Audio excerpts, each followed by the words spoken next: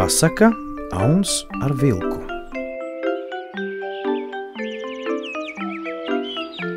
Vilks ar Aunu abi nejauši danāca pie upītes nodzerties. Vilks cēra augšpusē, Auns vairāk uz leju.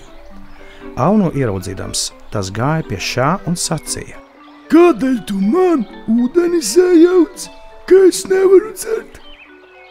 Kā lai es tev ūdeni sajaucot? Auns brīnodamies atbildēja: Tu ceri augšgalā un es apakšgalā. Vilks sacīja: Vai tu vēl spīties par to? Es tevi par strāpi apēdīšu. Auns tam atbildēja: Ja nu tev nav par mani nekāda žēluma, tad es tev vēl pie tam gribu palīdzēt.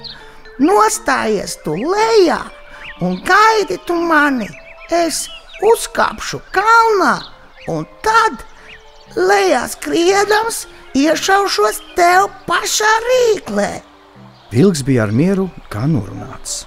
Viņš nostājās lejā un gaidīja muti atplētis. Auns ātri šavās zemē un deva ar saviem lielajiem ragiem vilkam tā pierē, ka šis noģība un dakrita gar zemi. Pēc kāda brīža atžirbies, ērmodamies, sacīja pie sevis: Nemaz nevar zināt, kur Auns palicis. Vai tas man ieskrēs vēdera, vai garām aizšavies?